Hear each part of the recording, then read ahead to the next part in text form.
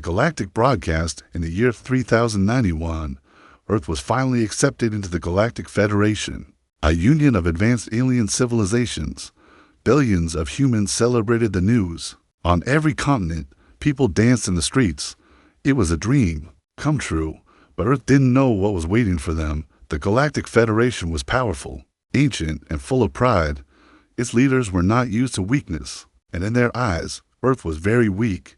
The big event was called the Galactic Broadcast, a live transmission watched by over 100 billion beings across the stars. Every year, the Federation would welcome new members in a grand ceremony held in the golden space station called the Crown of Suns. It floated near a burning blue star. It had no shadows, only light. Inside the main hall, alien leaders sat on floating chairs. Some were shaped like insects, others were made of mist. Some had 10 eyes, some had none. And standing among them was Earth's representative, Ambassador Leah Riker. She wore a clean white suit with Earth's flag on her shoulder. Her hair was tied back. Her voice was calm, but her heart was beating fast. She had trained her whole life for this. The host of the event, a shiny floating orb named Yeltok, spun in the air and spoke in a loud, musical voice. Today, we welcome a new member, the humans from Earth. Leah stepped forward and bowed her head politely. She raised a hand and said, "Thank you. Earth is honored to join the Federation. We come in peace." At first, no one responded. Then, a tall figure stood up from a high golden seat. His armor was sharp, his skin was silver, and his eyes glowed red. His name was Overlord Razak of the Veltrax Dominion. He looked at Leah and laughed. "Earth," Razak said loudly, "this little green world that still uses oil and bullets?" Some aliens chuckled. He continued, "I've seen your space navy. Your ships are slow and old. Your computers crash. Your weapons are like toys." A giant screen appeared above the council. Razak showed a video. It was a recording of Earth's space station, Orbital 12, spinning slowly while a maintenance robot bumped into a satellite and flew off helplessly. The alien crowd laughed louder. Then another video, Earth's warship F's Valor firing a missile during training, only for it to turn around and explode near its own crew. More laughter. A few aliens clapped. Leah stood silently, her face pale. "Why did we let them in?" Razak asked the whole council. "Was it charity or a joke?" Ambassador Leah raised her voice. "With all due respect, we may be small, but we have survived every challenge. We've earned our place." Razak smiled cruelly. "Then prove it, or stay silent." Like a proper farm world, the laughter faded, but the damage was done. The broadcast ended with fake smiles and cold handshakes. Across the galaxy, news headlines mocked Earth. "Earth joins Federation, brings nothing. Veltrax roasts Earth." Funniest moments ranked humans, cute but clueless, back on Earth. People were heartbroken. Across cities and colonies, humans felt insulted. Some were angry, others were ashamed. But one man was silent. Commander Ray and Wolf stood in a dark control room beneath Earth's moon. He wasn't laughing. He wasn't sad. He was ready. The room he stood in had no windows, only black walls and glowing screens. On one wall was a giant red button, untouched for decades. Behind the wall was a secret chamber, known only to a few, Project Phantom Sky, a project born in secret when Earth first made contact with alien signals. Decades before the Federation even knew Earth existed. It held a fleet, a hidden army, ships with no names, built using science Earth never shared, technology designed not for display, but for survival. Commander Wolf pressed a code on the panel. A voice answered, "Armada systems online. Status, dormant, awaiting command." Wolf whispered, "Not anymore." Across the moon, engines started to wake. Deep in black hangars, lights came on for the first time in 80 years, and far across deep space, a signal was sent, quiet and simple, only for words. "Activate the True Armada." The secret of Luna Base. The moon looked calm from Earth, white, quiet, peaceful. But deep under the surface, in a forgotten vault hidden since the early 3000s, something ancient was waking up. Luna Base Prime had no signs, no blinking beacons, only a smooth stone wall on the outside, but behind it, there was steel, power, secrets inside. A blast door slowly opened, covered in dust and warning symbols. Commander Ray and Wolf stood at the center of it all, watching the lights return to life. Wolf was not a young man. His hair was gray, His face had battle scars. His eyes carried the cold silence of someone who had waited a long time for this day. He turned to a woman in a white lab coat, Dr. Milas Ferran, the head systems engineer for the base. Status, he asked. She checked her glowing wrist pad. Armada control systems online. Cryo tubes stable. AI cores at 70% power. Ghost fleet still silent. Wolf stepped forward. Then it's time to wake them. Project Phantom Sky. Revealed decades ago, long before Earth joined the Galactic Federation, a message was received from deep space. Not a greeting, not a welcome, a warning. It spoke of Earth's position being harvestable, of being rich in organic energy, of fleets watching from beyond Pluto, of a quiet plan to conquer Earth without using a single soldier. Earth's top leaders panicked, but instead of crying for help, they created something, a secret program. Project Phantom Sky. Hidden bases, forbidden science, black metal ships shaped like shadows, eye-controlled weapons, and most of all, 7 Titan-class warships, too powerful to be allowed under Federation law. Each one was hidden, protected, forgotten by history, except by one man, Wolf. Inside the launch vaults as Wolf and Milo walked through the hangar, giant lights turned on, one by one, revealing strange ship shapes, huge, long, silent.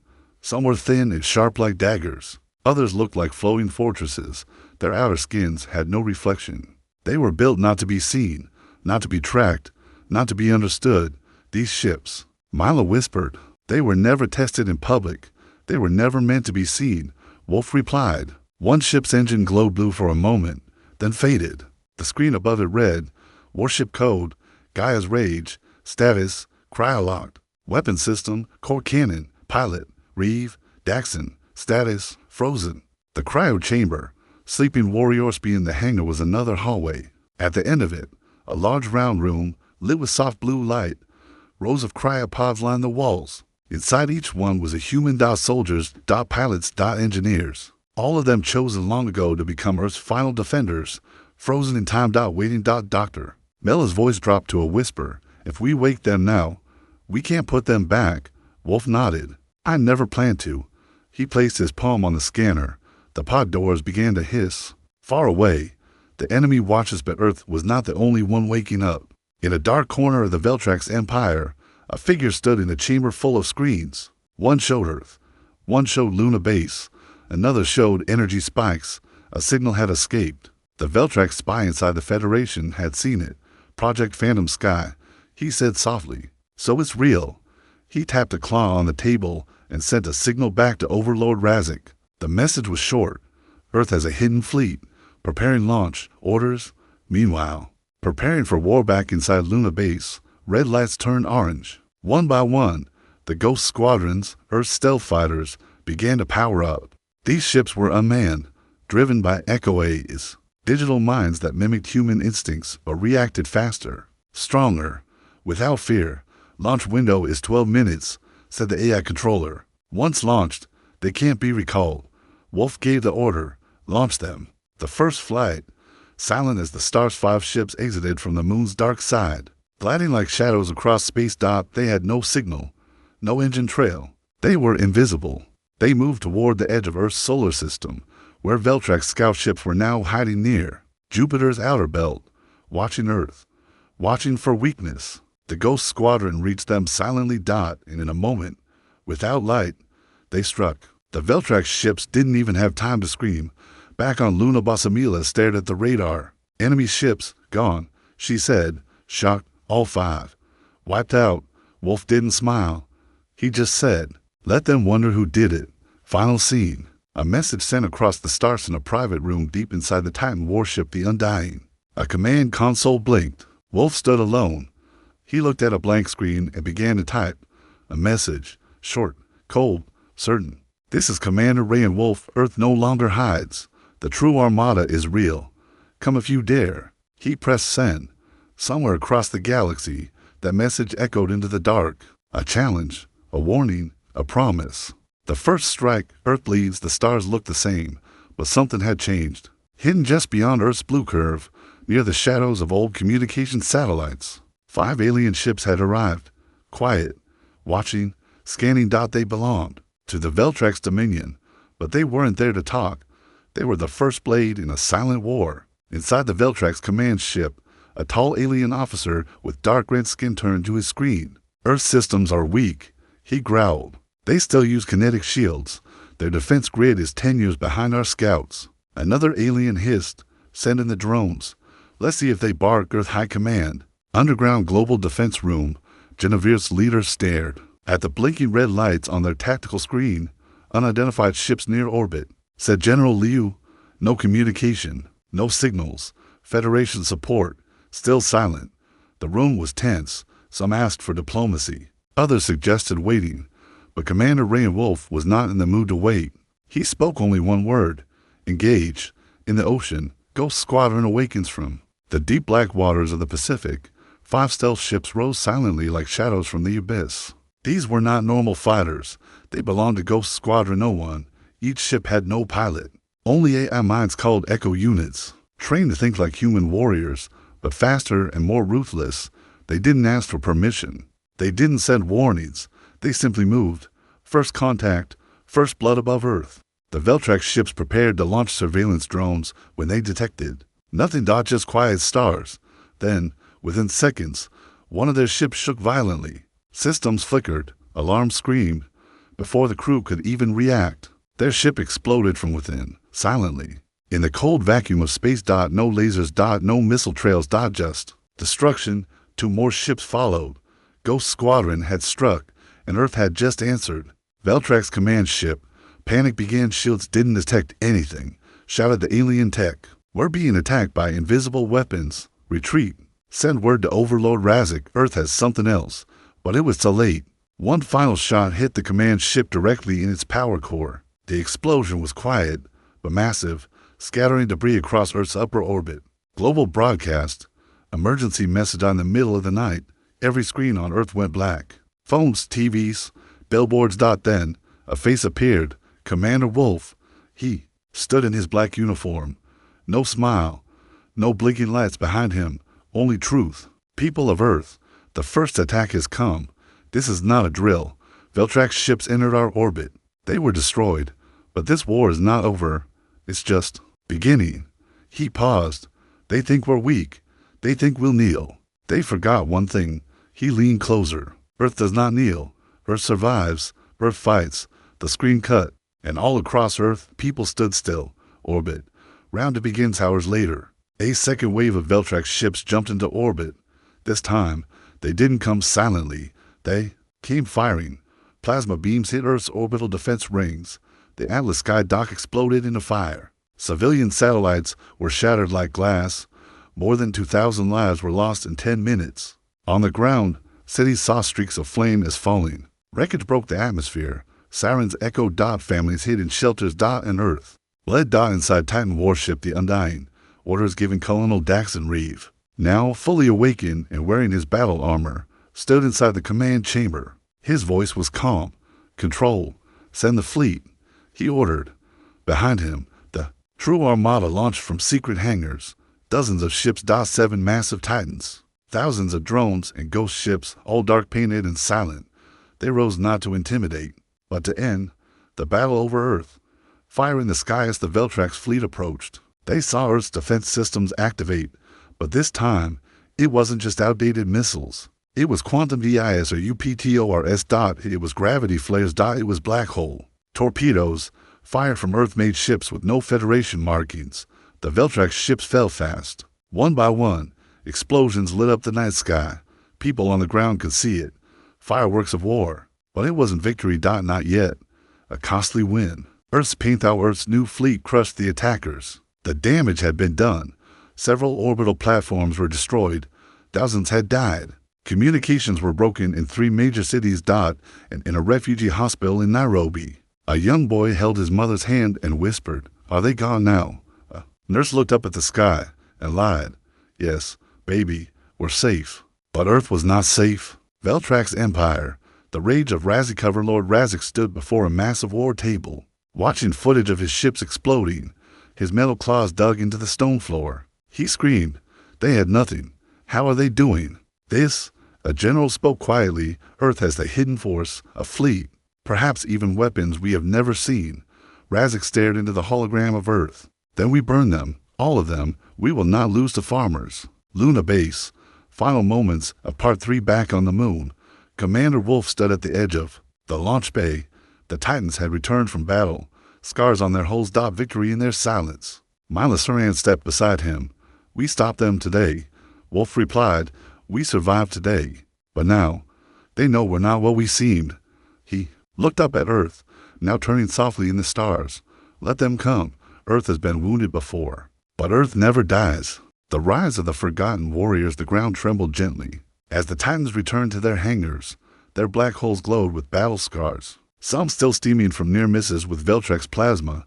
Inside Luna Base, the lights flickered. As a new power grid came online, the heart of the base was ready. Now it was time to wake the ones who had been sleeping. Commander Ray and Wolf stood before a massive vault door, sealed with 5 levels of DNA locks. He was alone.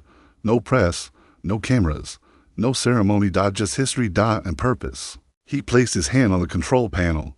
Authorization. Phantom Prime. Open the vault. With a deep hiss, the heavy door slid open. Cold mist rolled out. The room inside glowed blue. Dozens of large cryopods stood upright like tombstones, each one holding a name. Some names were legendary. Others were erased from history. But every person inside had one thing in common. They had been chosen as Earth's final shield. Project Remnant. The forgotten soldiers back in the year 3005. During the Hive Wars, Earth had nearly been destroyed by alien creatures that fed on sound, light, and heat. The Federation refused to help. No one came. Earth had to fight alone. To survive. They built weapons that violated galactic laws. And they built soldiers who became ghosts. When peace came, those warriors were not celebrated. They were locked away, frozen. The world wanted to forget the horror. But Commander Wolf had not forgotten them. He had promised to wake them if Earth ever bled again. And now it had. Cryopod activation begins. Blue lights blinked. One by one. Cryopods hummed as their internal systems warmed. Steam hissed out as locks clicked open. The first pod slid back slowly. A hand reached out. Then a man stepped forward. Colonel Daxon Reeve. His body was still strong, though his face carried the wear of old wars. His eyes adjusted instantly to the light. He looked around and said in a quiet voice, "You finally called." Commander Wolf nodded once. "We're at war again." Reeve grinned slightly. "Good. I'm tired of dreaming." One by one, Wakenex came Major Celine Vaughn, the quiet sniper with thermal-enhanced eyes and nerves of steel. She had once ended a war with a single shot across 14 kilometers. Then came LT Juno Hale, the tech savant who once rebuilt a ship core mid-battle. With just 2 wires and chewing gum. Then Commander Rika Dahl, demolition expert and former captain of Earth's now-erased Black Hammer squad. Dozens more followed. Some limped, some roared, some stood in complete silence, but none asked why they were woken. They already knew. Earth orbit. The Titans await.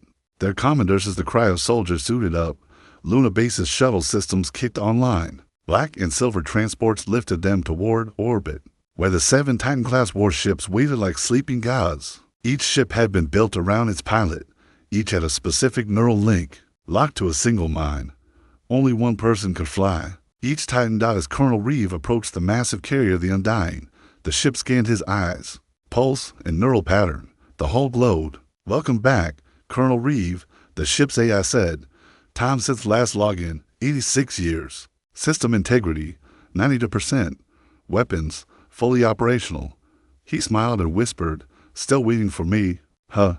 Inside the Dagger of Light, a message for Veltrax. Major Vaughn entered the bridge of her personal Titan, the Dagger of Light, a stealth-class warship with solar cloaking and kinetic null engines. As she linked with the ship's control core, a message from Commander Wolf appeared on her screen. "Veltrax is building a forward base behind Jupiter's storm wall. They think we'll wait. Show them we don't wait." Vaughn didn't speak. She just nodded once and vanished into space. The Veltrax reaction. Fear begins to cross the stars. The Veltrax Empire was no longer laughing. Reports came in. Scout fleets missing. Spy satellites fried. Broadcasts showing Earth's Titans rising. Footage of sleek, silent ships cutting through battleships like knives. Overlord Razak slammed his claws into his war table. "They were weak," he shouted. "They were supposed to fall in days," an advisor replied. "They did fall, decades ago. But they stood back up, And now, they brought ghosts with them. Back on Earth, the people watch in every corner of Earth. People watch the feeds. From the frozen cities of Antarctica to floating farms in the Sahara Ocean Dome, civilians stared at their screens. Children pointed at the sky, shouting, "The big ships are ours." A retired engineer in Mumbai wept quietly as he whispered. They woke up. They actually woke them up. One by one, the people of Earth began to believe again, not in peace, not in politics, but in resistance. Commander Wolf's final briefing. Operation Emberlight begins in Luna Base's war room. The lights dimmed as Wolf stood before his commanders, projected. On the wall behind him was a map of Veltrax space, and at the center, their homeworld. Our next move is not defense, Wolf said. It's invasion. Mila Saran stepped forward and added, "We've tracked their fuel source. It's not mining. It's biological. They're harvesting life, not just ours, everyone's." The room went quiet. Wolf looked at every face, every warrior, every ghost, every person who had waited a lifetime to finish what they started. This isn't revenge. This is justice. Final scene. Launching toward the Star's hangar doors opened. The Titans lifted from their cradles, engines low and steady. Echo A is sensed in perfect silence. Ghost squadrons formed diamond formations. Colonel Reeve activated his comm. "This is Earth's True Armada. We are inbound to Veltrax space. Engage cloak protocols. No mercy, no messages, just memory." And with a single flash of light, they vanished into the stars. The battle of twin suns to stars burned side by side, one red and furious, the other calm and blue. Together, they lit a stretch of empty space called the Callista Vector. It was the perfect place to disappear, or to die. And it was here that Earth's True Armada prepared to fight the battle that would echo through every star map forever. Inside Titan warship the Undying, Command Center Colonel Daxon Reeve stood before a massive projection of the twin suns. Around him, his command staff ran checks, engines warm, shields balanced, cannons locked. "All systems green," said Lieutenant Hale. "Veltrax fleet inbound. 300 ships, war class, fast." Reeve nodded. "Good. Across the channel. Commander." Wolf's voice came in from Luna Base. "They're expecting weakness. Give them pain." Reeve cracked a small smile. "They'll get silence first. Then fire. Stealth formations activated. Earth prepares to strike Titans." Didn't fly like normal ships. They moved like shadows, each one hid behind solar, radiation belts, asteroid debris, or gravitational folds caused by the twin suns. The dagger of light was invisible behind the blue star's solar waves. Gaia's rage floated above the red sun, drawing in heat to power her plasma core. Silent Vow rested behind a shattered moon, charging quantum mines. And in between it all, ghost squadrons deployed hundreds of microdrones. They formed a web of death, hidden from all scanners, waiting to strike from inside shields. Meanwhile, the Veltrax Armada Rive Sovereign Razik's fleet tore into the system. With glowing blue drives, hundreds of ships spread out like knives of formation. Their flagship, the Mauler's Crown, led the center. Inside, Razik stood tall and furious. His claws tapped on a control rail. Earth's fleet is nowhere. Sensors clear. The cowards run. His second-in-command, Commander's Rel, was unsure. "I don't like this." To quiet. "They're hiding." Razik growled, "Hoping we get bored. But I will set their sky on fire." Phase 1. The Ghost Web awakens. The first Veltrax scout ships entered the center of the system. Their screens flickered. Something was off. Then, one ship exploded. No warning. No signal. It simply vanished. The second ship spun out of control, its engines imploding from an internal pulse. Inside the Mauler's Crown, alarm screamed. "We're under attack. Shields compromised. Enemies unseen. Targeting us from inside." Razik shouted, "Return fire. Blind fire the zone." But it was no use. The Ghost Web was already inside them, and it was eating them alive. Phase 2. The Titans risked. Then came the moment. 7 massive ships decloaked at once. Rising like monsters from the dark, the Undying fired first. A star lance beamed straight through the destroyers. Red Skyfall followed with a shockwave cannon that sent enemy cruisers tumbling into the red sun. Gaia's rage unleashed a plasma burst so bright it bent light itself. The Veltrax screamed, "This is impossible. They don't have this technology. We were told Earth was primitive." But Earth had never been primitive. Only quiet. On board, the dagger of light, Infiltration begins. Major Celine Vaughn led her stealth team. Aboard a Veltrax carrier, they pulse jumped through an eye-breached hole, slicing down guards with sonic blades. In the control room, she planted an echo virus that made the ship's weapons turn inward, destroying its own allies. Before leaving, she looked at a hologram of Earth, red-marked as a target planet. She pulled out a blade and stabbed the projector. Wrong planet. Down on Earth, the people watch. Across every nation, people watch the live stream. It wasn't propaganda. It was survival. In the Sahara archaeology, children painted the Titans on school walls. In Tokyo's floating towers, pilots stood at attention. As the fleet appeared on screen, in a broken shelter in Rio, a father hugged his daughter and whispered, "We're not just defending Earth anymore. We're rewriting history." Final wave. Razik's desperation. Veltrax fleet regrouped. Razik screamed across channels, "This ends now. Focus all fire on the Titans. Overload the suns if you must. Massive energy cores charged." 3. Enemy capital ships pushed toward the blue sun, hoping to trigger a solar flare. But they didn't reach it. Silent Val fired a black hole torpedo, an illegal weapon stored since the Hive Wars. A flicker of light, then nothing. The ships folded into themselves. Gone. Razik watched in horror. What kind of monsters are they? The aftermath. Earth does not kneel in just 17 minutes. Earth's fleet had destroyed 60% of the Veltrax Armada. The rest tried to retreat. Only 12 ships made it out. Inside the Undying, Colonel Reeve gave no chase. Let them carry the story. Let them tell the galaxy what happens when you mock Earth. Commander Wolf's voice returned on comms.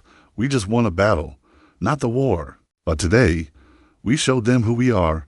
Veltrax Prime. Rage turns to fear. Overlord Razik's personal chamber shook from the message playing on every world. "You started this war. You mocked Earth. You forgot what we grow best. Warriors." And then, silence. His empire was no longer feared. It was questioned. Final scene. On board Gaia's Rage, Dr. Mila Saran sat at the edge of the observation deck, staring out at the twin suns as they slowly realigned. Beside her stood Reeve, holding his helmet. "Do you think the galaxy believes us now?" she asked. Reeve didn't look away from the stars. "It doesn't matter. We're not here for applause. We're here because Earth survived when no one came, and now we are the ones who come for others." Inside the heart of the Empire, the stars blurred as Earth's Titans slipped through a dark, hidden path between solar systems. The dust vein, a forgotten wormhole corridor that hadn't been used in over a century. No beacons, no maps, only shadows. And now, Earth's True Armada was riding it straight into the heart of Veltrax space. Inside the dagger of light, infiltration-ready Major Celine Vaughn stood beside a glowing table. Her armor was black, tight, silent. Her helmet was off. Her eyes were calm, but tired. Across from her stood Commander Rayan Wolf, projected in flickering light. "No full assault," he said. "Just you and the strike team. Get in, record everything, broadcast the truth." She nodded once. "What if we don't come back?" Wolf didn't blink. "Then let what you find speak for you." Veltrax Prime, a beautiful lead planet, looked perfect. Green continents, shiny blue seas, storms curled gently over quiet cities. From orbit, it looked like a paradise. But beauty can lie, and underneath that surface, Earth's warriors would find something ancient, something terrible. The drop begins. Operation Emberlatab for 12 UGT. The dagger of light released a dark needle-shaped dropship, silent, radar black, heatless. Inside were 8 elite soldiers to Echo AI droids and Major Vaughn. They passed through the Veltrax atmosphere unnoticed, cloaked by solar dust and false meteor codes. Their destination was an underground vault beneath the capital city of Karnath. Not a military base, a power facility, but not one that ran on solar or fusion. Inside the vault, what they saw as they moved through the lower levels, the walls changed from silver panels to stone, old stone. Ancient tunnels wrapped in wires, glowing red like veins. Then came the smell, burned metal, chemical waste, and something worse, something alive. Vaughn raised her hand, eyes up. "We're not alone." The team entered a wide chamber, silent, circular, pulsing with low light. And in the center, they saw it. People. Hundreds of them. Alien species, small, weak, young.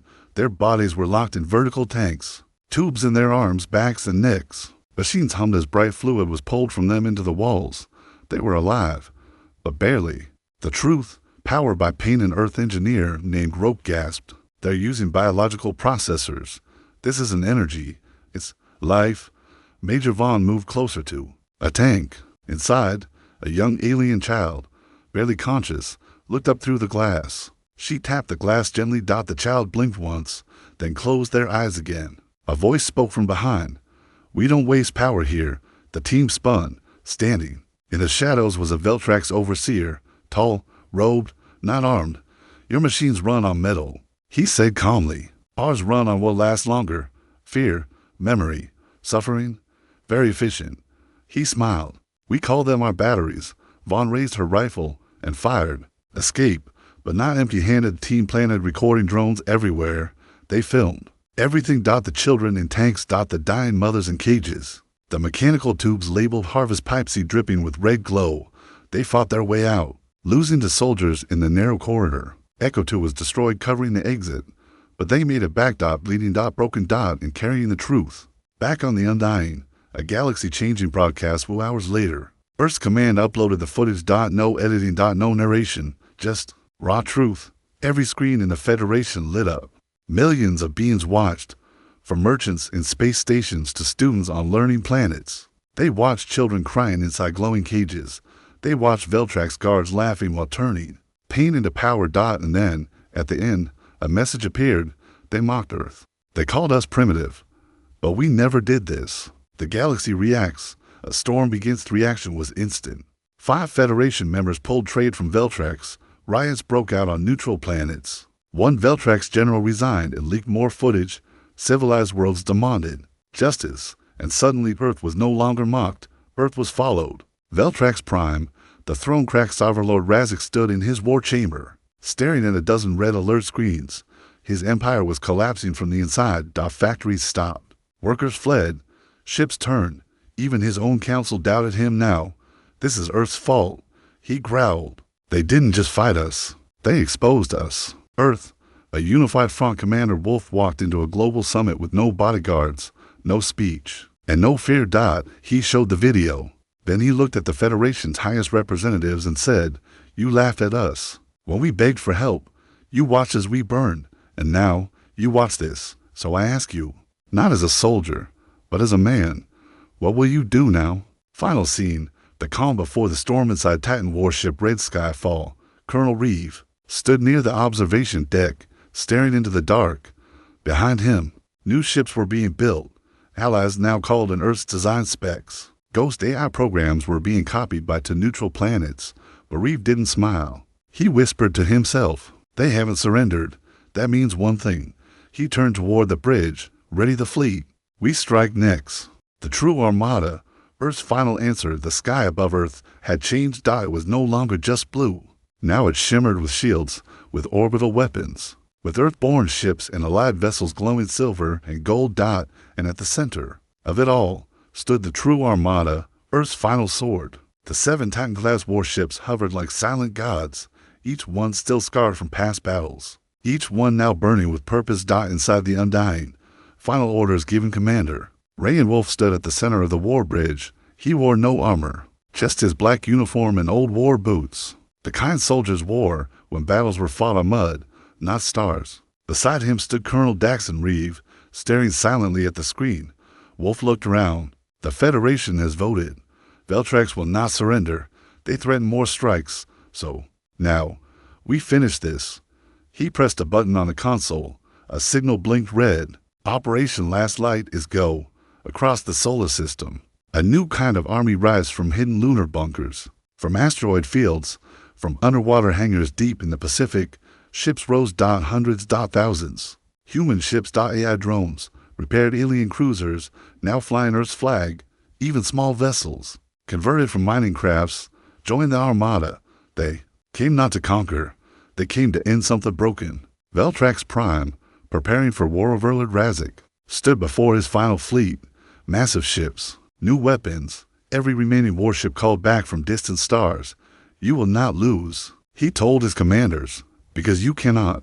But his voice shook. He had seen the videos. He had heard the silence from once loyal allies, and in his heart, he knew this was no longer a war of strategy. It was a war for the right to rule. The march begins. Earth's armada jumps sky above Earth lit with light. Wormholes open. Engines screamed. Earth's fleet vanished into the stars. Destination. Veltrax Prime. It wasn't an invasion. It was an answer. The final battle. Fire on the edge of a dying empire when the True Armada arrived. They did not speak. They did not send a message. They just fired. Red Skyfall launched twin beams into a Veltrax command tower in orbit, reducing it to sparks. Gaia's rage dropped a chain of fusion mines into the atmosphere, shutting down 3 city shield grids in seconds. Ghost squadrons moved between enemy ships like shadows, disabling, destroying, then vanishing. Veltrax fought back. Hard. Brutal. Their ships burned with red light. Their weapons screamed through the void. But Earth had changed. Earth had learned. On the ground, humanity lands on Veltrax soil. Strike teams dropped into Veltrax cities, not to destroy, to free. They broke open vaults. They unlocked cages. And what came out were not just prisoners, but witnesses. Aliens who had once feared humans now raised their hands to them in gratitude. One old alien whispered, "You're not just warriors. You're justice." Inside the Mauler's crown. Final stand of Razak. Overlord Razak stood on his throne ship, watching his fleet fall. "They're just humans," he growled, but his command crew had already left. Deserted. Only one person remained. An Earth soldier. Major Celine Vaughn. She had boarded his ship alone, silent, fast, efficient. She aimed her rifle at him. Razak laughed. "You'll kill me? You think that wins you something?" Vaughn stepped forward. "No, I'm not here to kill you. I'm here to end you." She dropped the device, a recording chip. It played the screams of Veltrax slaves. Razak's own voice calling them fuel. She left him there. Alone. As the Mauler's crown exploded behind her, Earth watched in silence, not cheering, not clapping, only remembering. The Empire falls, and something new begins. Veltrax Prime surrendered by nightfall. There were codes were sent to every fleet. Prisoners were released. Factories were shut. The red banner of the Dominion was taken down for the first time in 800 years. Earth did not raise its own flag. It simply helped others stand. The Federation, days later at the Crown of Suns. The same hall where Earth had once been laughed at, now stood empty, except for one figure, Ambassador Leah Riker. She walked up to the central podium, calm and sure. She looked around at the silent Federation Council. Then she said, "You once asked what Earth brings to the stars. Now you know." She stepped down. No applause. Just respect. Earth. A planet changed forever back home. Earth was quiet. The war was over, but the scars remained. Cities rebuilt. Children asked questions. New banners flew above spaceports. Not Earth's flag, but the symbol of unity, a cracked star, healed with 7 lines, each one for a Titan that had returned home. Final scene. Wolf and Reeve on a cliffside. Base Commander Wolf stood beside Colonel Reeve, overlooking the ocean. The sun was setting. The war was over. "Do you think they'll try again?" Reeve asked. Wolf didn't answer for a long time. Then he said, "Maybe. But next time, we won't be alone." He looked to the sky. They thought Earth was weak, but weakness taught us how to endure. Endurance taught us how to fight. And now, we teach others how to stand.